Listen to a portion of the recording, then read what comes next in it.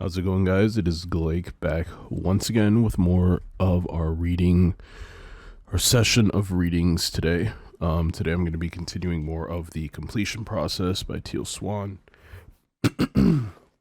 It is very late at the time that I'm recording this, but I did say that I wanted to have it up like either really late Sunday night or very early morning Monday. And yeah, if I wait any longer, this probably will not be happening. So I'm just like, you know what, we're gonna get on with it. So sorry, I'm like always adjusting my mic because the angle is just so. This is not how I'm used to having it whenever I normally use it. So today we're gonna be starting part 2 officially of the book, which is entitled Completion. We are, I want to say, very close to being halfway through the book. Probably at the end of this chapter, which is a pretty lengthy one, once again, we'll probably be closer to, if not at the halfway point, probably pretty much there. So yeah, this is going to be chapter 5, which is entitled Preparing Yourself for the Completion Process. Let me fix this real quick. There we go. Now that you have attuned yourself to the completion process by reading chapters 1 through 4, it's time to make it a part of your life. You cannot do the process incorrectly. There's no such thing as a correct or an incorrect experience while doing the completion process. From this point forward, you should progress with the following statement in mind. Every experience I have while doing the completion process is valid, and every experience I have while doing the completion process is the right one for me. It's the exact experience that I need at this time. Getting started. When you commit to the completion process, you adopt the perspective that any current emotional upset is, in fact, just the echo of a traumatic memory. You might be haunted by it or not even remember it, but the circumstance in your current life that you think is the cause of your upset is just a trigger from a prior wound, a wound that needs your attention. Because triggers today help you see the wounds you have tried to suppress, the triggers are beneficial instead of detrimental. You might find it difficult to accept that triggers today are a good thing, even when they hurt so badly. You don't have to feel grateful for them. You just have to commit to viewing them as messengers carrying the echo of something important. Looking at triggers this way, you can use them to your advantage. You can see each trigger as a wide open opportunity for integration. The beauty of the completion process is that when you use triggers to integrate yourself, you'll eventually lose any negative association that you might have had with the triggers. You'll feel much less reactive when a trigger does occur, and you'll begin to associate with triggers. You'll begin to associate triggers with integration and feeling better instead of feeling worse. Once the meaning of something changes this dramatically, your whole life can be lived differently. You no longer live in a state of defense or feeling victimized. You'll feel like the universe is assisting you instead of deliberately causing you to suffer. When you use the completion process. When you're committed to the completion process, you practice the art of taking your attention off the thing that has triggered you and away from the story you might be telling yourself about the present circumstance. Instead, you'll place your attention on the feeling you are experiencing as a result of what just happened. I call this listening to the echo. Once you feel that an emotion has been triggered, it's an ideal time to use the completion process. There are times when it's not possible to do the completion process right then and there. If this is the case, then wait for a better time or schedule a better time. Only you know how dedicated you are to yourself and to this process of integration. But in general, the sooner you can use the trigger to integrate, the better. Give me 1 second. Okay. How soon you do the integration comes down to a matter of priority. You have to ask yourself, wait, that's where I am, right? I lost where I was, yeah. How soon you do the integration comes down to a matter of priority. You have to ask yourself what is really important. Is that other activity so important that it should take priority over doing the completion process, which helps you heal and become whole again? So, for example, what if you feel a trigger from someone or something just before you are planning to clean the kitchen? If you decide it's more important to clean, you are telling yourself that the kitchen floor and the dishes in the sink are more important than your health and wellness. Once you are in a safe and quiet place and can go through the steps, start by thinking about the event that triggered you and see if you can reactivate the painful feeling. Most people who commit to the completion process are perfectly capable of managing whatever comes up as a result, and find it instantly causes them to feel better. However, as with any deep healing process, it is a good idea to make sure that you have professional support or a friend you can call on in case you run into anything too difficult to handle on your own. If at any point during the process you feel tempted to harm yourself or someone else, seek help immediately. This is an especially important caution for those who have experienced ritual trauma or who were mentally programmed. They should definitely engage a skilled professional to work with them directly from the outset.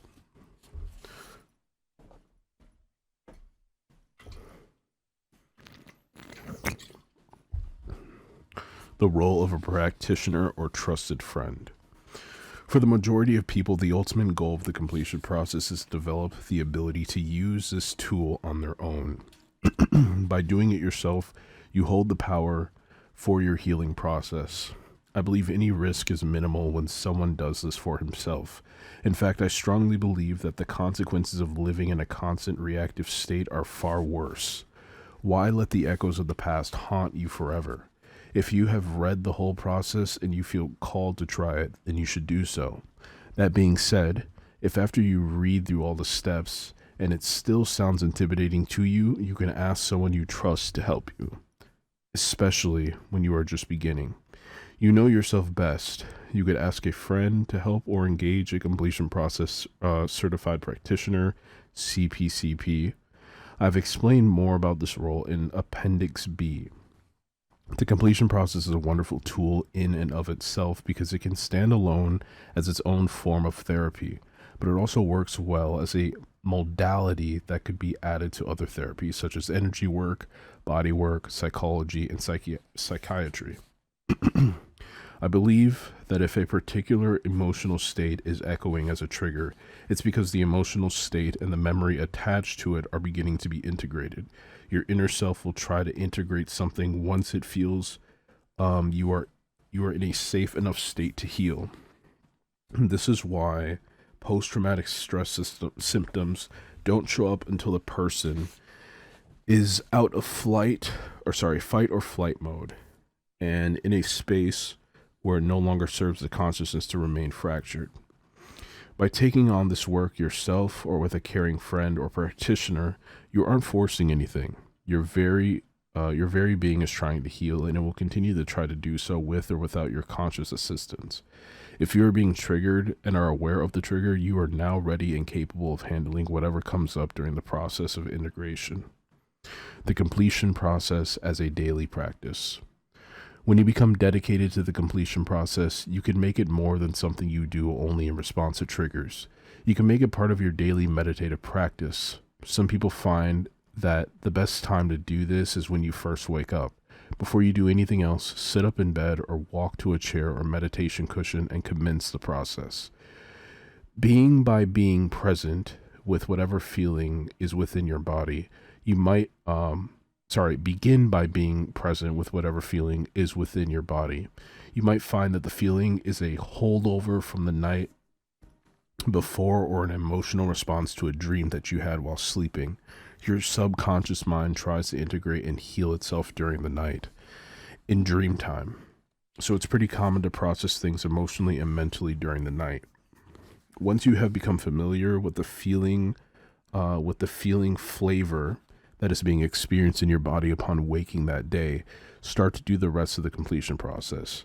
You can use this morning ritual in addition to using the process anytime you are triggered throughout the day. Truly, the completion process doesn't cause us to become complete, and it doesn't cause us to become whole, but rather it awakens us to the fact that we always were and always are complete and whole. Regretfully, there are many things, many past wounds, which obscure us from this truth about ourselves. But as the wounds obscuring this truth are embraced by our own minds and hearts, our true selves that contain this undeniable truth can and will be uncovered. I am out of water. The flow of the completion process. Remember that once you start the process, you should go straight through from step 1 to step 18. In other words, the completion process is not an exercise where you can do a few steps today and then finish the rest next week. Each step builds on the previous one, and the entire process is designed to be completed in one sitting so that the emotional body, right? Yeah, so that the emotional process is open and closed properly and predictably. It can be intensely emotional, so paying attention and finishing what you start is very important. You would notice as you keep reading that some steps are relatively quick and straightforward, while others are more involved and may take longer to accomplish. There is no usual time frame that this takes. Just allow the flow of healing from step 1 to step 18, taking as much time as feels right to you, for you. The number of minutes will be different for each person, and that is perfectly normal. This next section provides a short description of each step, so you can get a quick overview of the whole process. Chapters 6 through 9 provide more detailed descriptions of each of the 18 steps. It is advised that you read through each these next 4 chapters before beginning. This way, you will be very familiar with what to watch for and what needs to be done in each step once you are comfortable with the individual steps and the overall flow. You may need to refer only to the quick reference page in the Appendix A, which gives a simplified list and brief descriptions of each step. Please note that all details and descriptions of the 18 steps, both the short references below and the longer detailed descriptions in the coming chapters, are specifically written so that you, a helpful friend or a completion process practitioner, can follow along the process. This process is the same. All right, so this is going into the steps, the completion process, short descriptions of each step. Step number 1, create a safe haven. We set up a safe haven, safe place in our mind, and we also create a primary safe support figure. This has to be done only once, unless you wish to create a different kind of place at another time.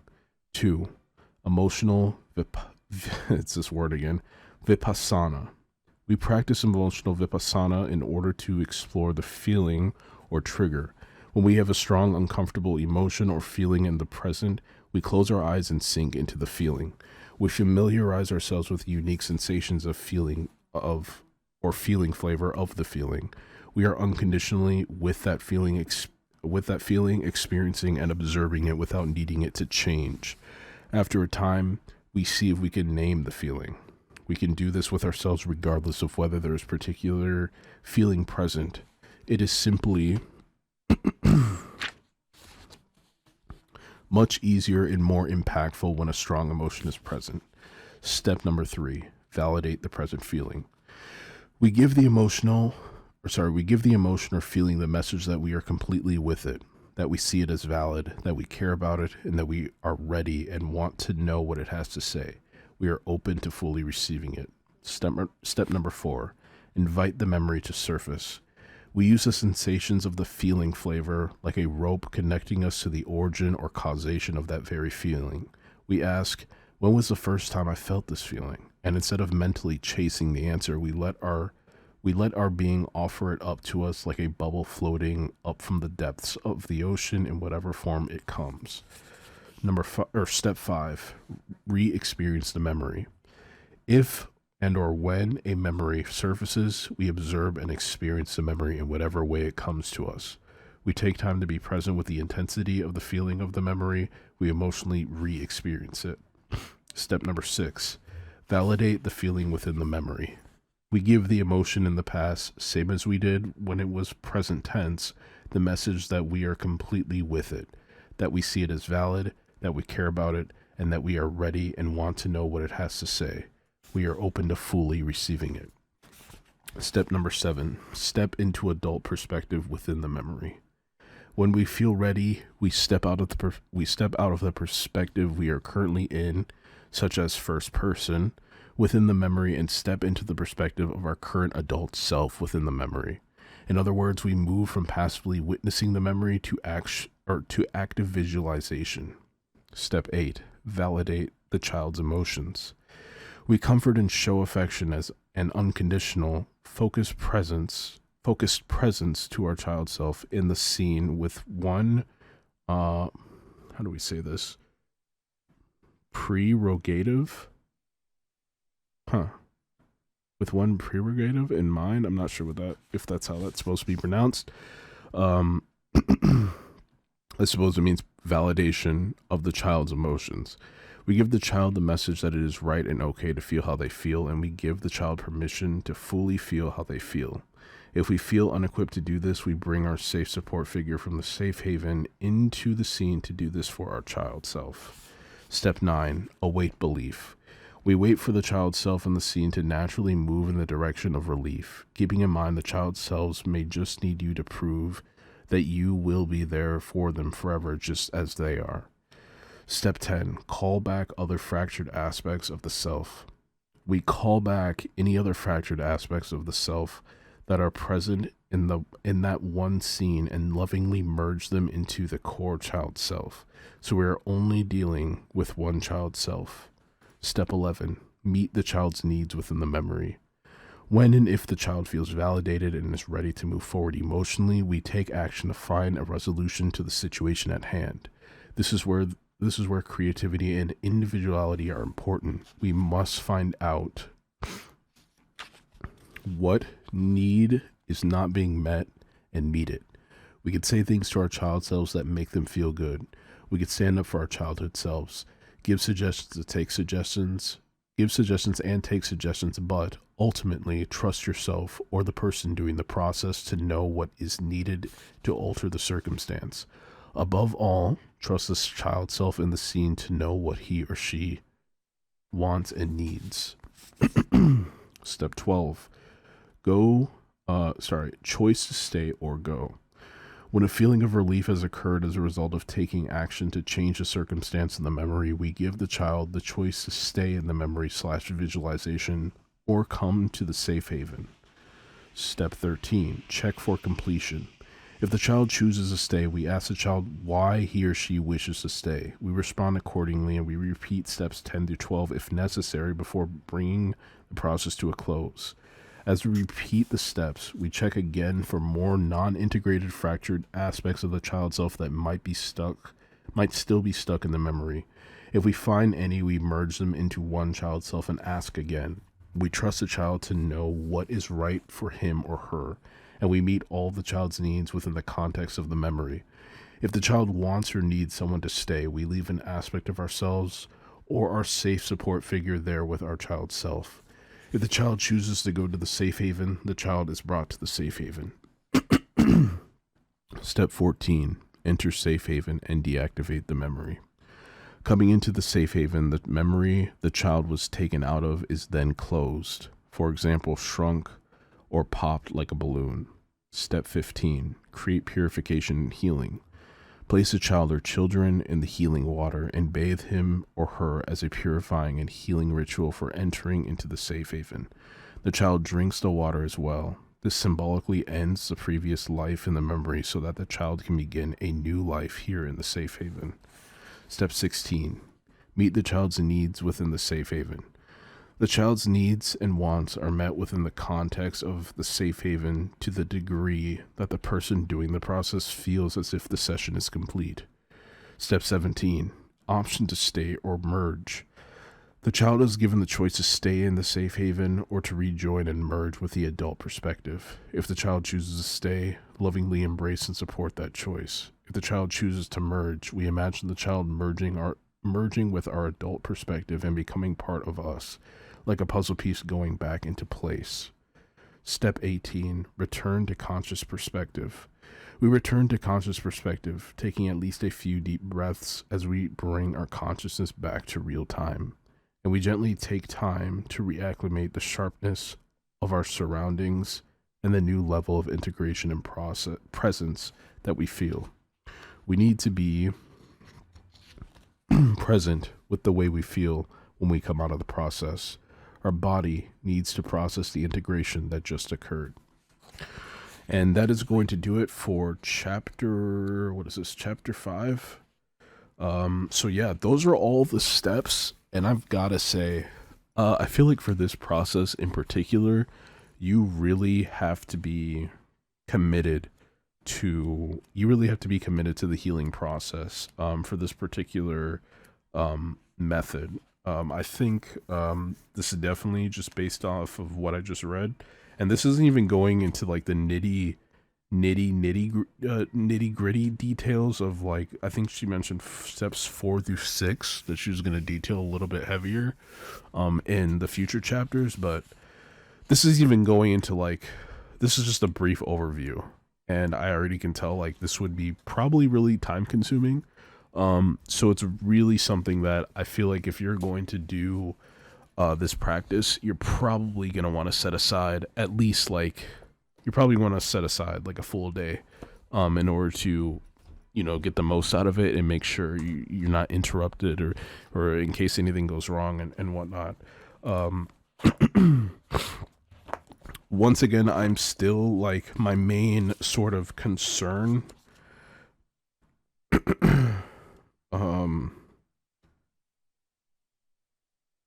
yeah, I mean, she talks about setting a safe place in your mind and